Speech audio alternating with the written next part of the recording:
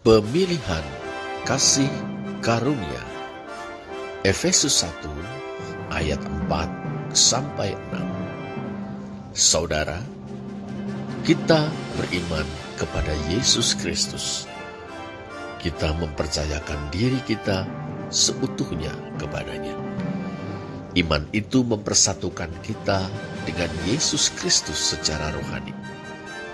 Dalam persatuan itu, Dialah Kurios Heimon atau Tuhan kita.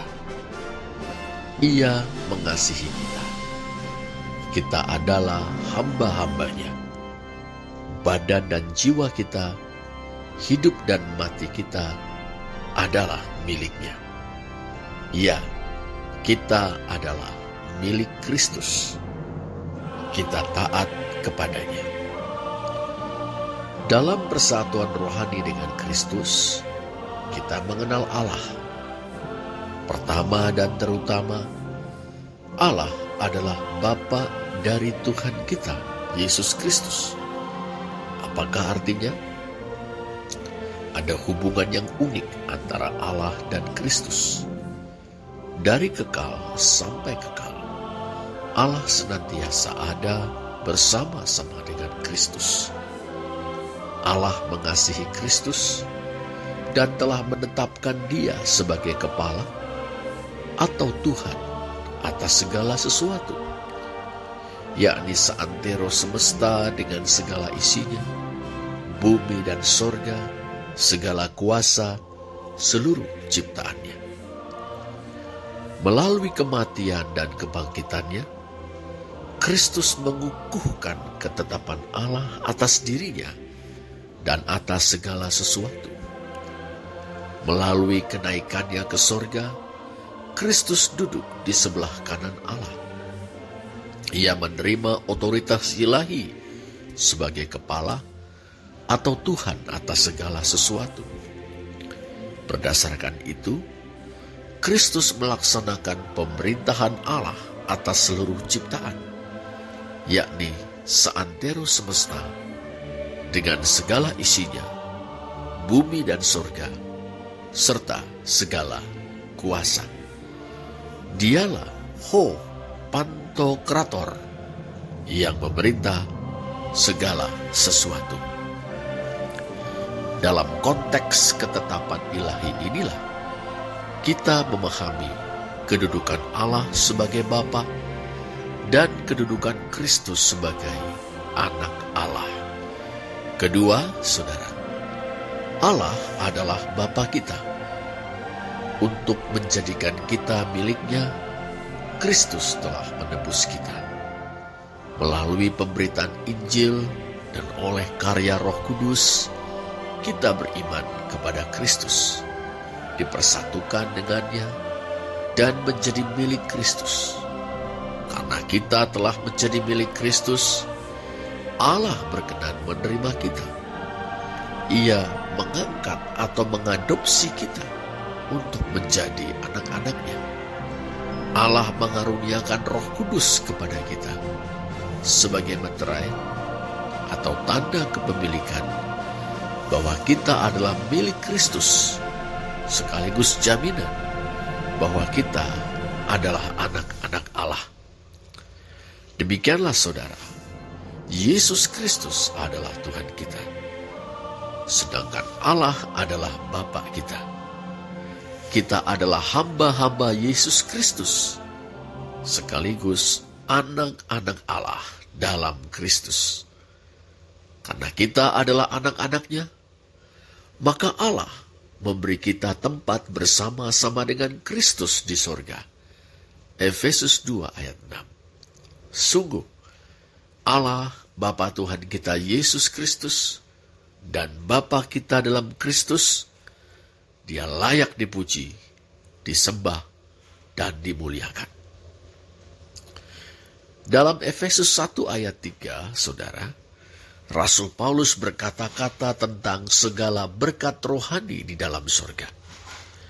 Dalam ayat-ayat selanjutnya, yakni ayat 4-14, Sang Rasul menjelaskan apa yang dimaksud dengan berkat-berkat rohani itu.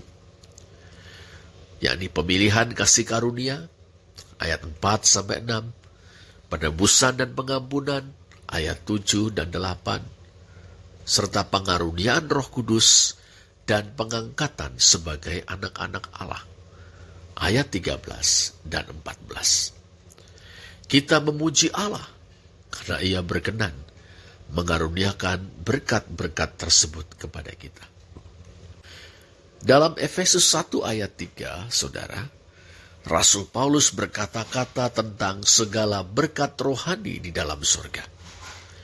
Dalam ayat-ayat selanjutnya, yakni ayat 4-14, Sang Rasul menjelaskan apa yang dimaksud dengan berkat-berkat rohani itu, yakni pemilihan kasih karunia, ayat 4-6, penebusan dan pengampunan, ayat 7 dan 8, serta pengaruniaan Roh Kudus dan pengangkatan sebagai anak-anak Allah, ayat 13 dan 14. Kita memuji Allah karena Ia berkenan mengaruniakan berkat-berkat tersebut kepada kita. Berkat rohani yang pertama adalah pemilihan kasih karunia. Rasul Paulus menuturkannya dengan menggunakan sebuah teknik sastra Ibrani yang kita namakan paralelisme sintetik, yang mungkin mengindikasikan bahwa Sang Rasul sedang mengutip sebuah kidung pujian atau himne gereja perdana atau gereja mula-mula. Di dalam Dia Allah telah memilih kita sebelum dunia dijadikan, supaya kita kudus dan tak bercacat di hadapannya. Dalam kasih Ia telah menentukan kita dari semula, melalui Yesus Kristus, untuk menjadi anak-anak-Nya sesuai dengan kerelaan kehendak-Nya, supaya terpujilah anugerah-Nya yang mulia, yang dikaruniakannya kepada kita di dalam Dia yang dikasihinya.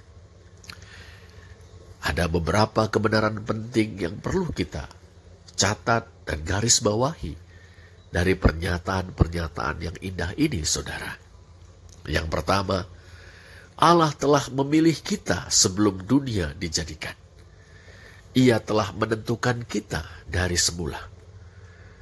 Saudara, kata kerja yang digunakan untuk memilih adalah exelesato, suatu bentuk auris dari kata kerja eklegiomai, yang diikuti dengan ungkapan sebelum dunia dijadikan, prokataboles kosmu.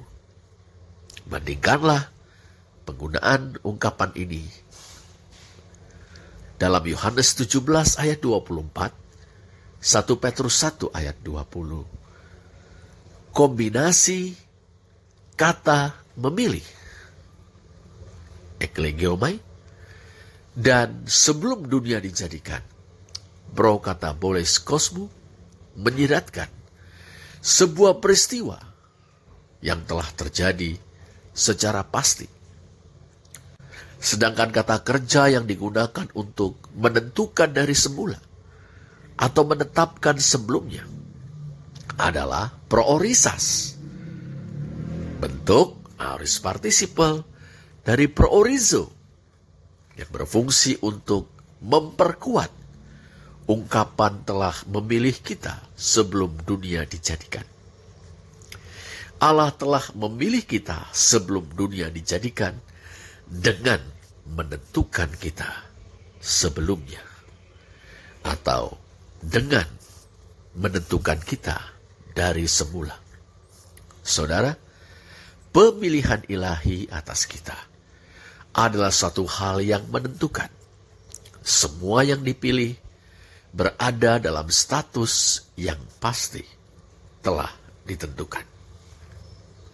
Kedua, pemilihan atau penentuan itu bersumber pada kasih Allah dan dilakukan di dalam Kristus atau oleh Yesus Kristus. Sumber dari kepastian ilahi yang berakar di dalam kekekalan itu adalah kasih Allah sendiri. Artinya karena Allah mengasihi kita, maka Ia memilih kita dan menentukan kita dari semula. Pemilihan itu dilakukannya di dalam Kristus atau oleh Yesus Kristus. Artinya, Allah menetapkan Kristus sebagai penebus dan Tuhan kita. Di satu sisi, bukan diri kita yang menjadi dasar atau pijakan bagi pemilihan ilahi, melainkan Kristus. Di sisi lain, Allah telah memberikan kita kepada Kristus untuk menjadi miliknya untuk selamanya. Dengan demikian, saudara, pemilihan ilahi benar-benar merupakan kasih karunia. Kita yang dipilih tidak punya andil sedikit pun. Ketiga, pemilihan dan penentuan itu memiliki tujuan. Tujuan yang dimaksud adalah supaya kita kudus dan tak bercacat di hadapannya, dan untuk menjadi anak-anaknya. Juga supaya terpujilah kasih karunia-Nya yang mulia. Saudara, kita dapat menyebut dua yang pertama, yaitu supaya kita kudus dan tak bercacat di hadapannya, sebagai tujuan langsung. Sedangkan yang terakhir, yaitu supaya terpujilah kasih karunia-Nya yang mulia, kita namakan tujuan yang asasi. Ungkapan kudus dan tak bercacat di hadapannya, hagios kai amomus katenopion autu dalam teks Yunani, kita temukan pula dalam Efesus 5 ayat 25-27 dan Kolose 1 ayat 21-22.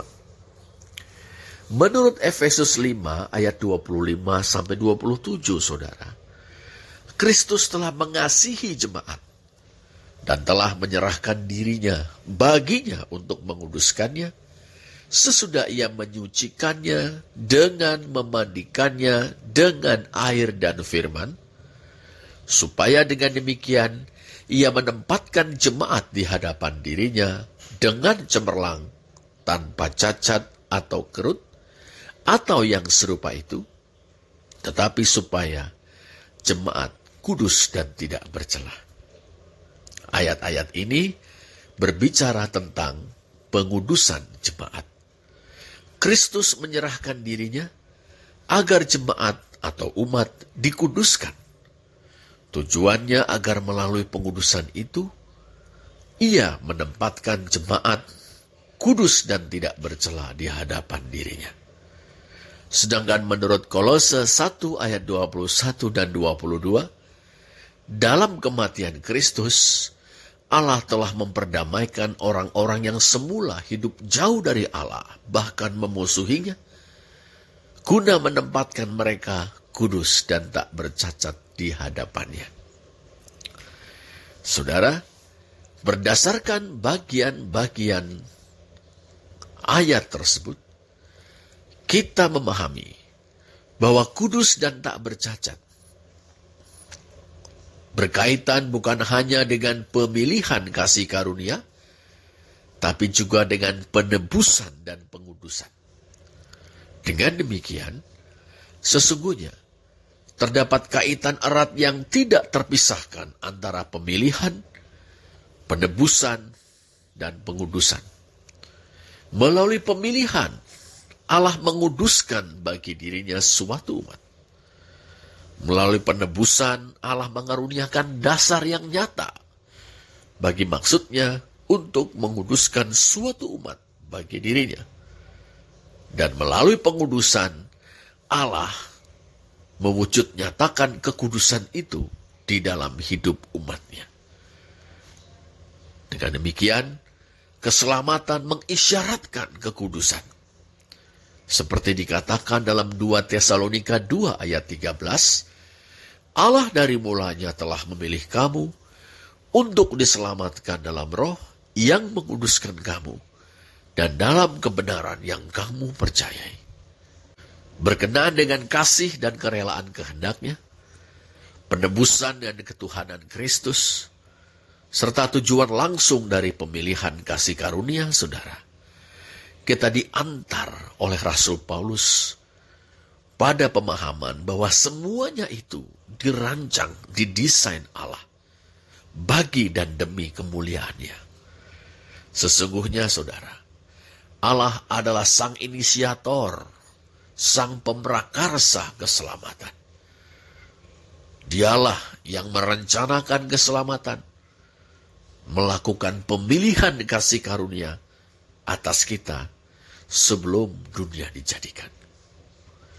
Tapi Dia jugalah yang mewujudkan rancangan keselamatan itu. Ia menggenapinya dalam Kristus yang diutusnya ke dalam dunia menjadi manusia. Ia juga menggenapinya oleh Rohul Kudus yang mengaplikasikan hasil karya penebusan Kristus kepada kita, sehingga kita boleh mendengar Injil, bertobat, percaya, menyerahkan diri kita kepada Kristus Tuhan, dan diangkat menjadi anak-anak Allah yang senantiasa dan terus dikuduskannya sampai kita pulang ke rumah Bapa. Oleh karena itu, saudara, bagi Allah sajalah segala puji syukur. Bagi Allah sajalah segala kemuliaan. Dengan demikian, kita boleh mengukuhkan kembali prinsip atau asas reformasi. Sola gratia, hanya oleh anugerah, dan gloria soli Deo, kemuliaan hanya bagi Allah. Terpujilah Allah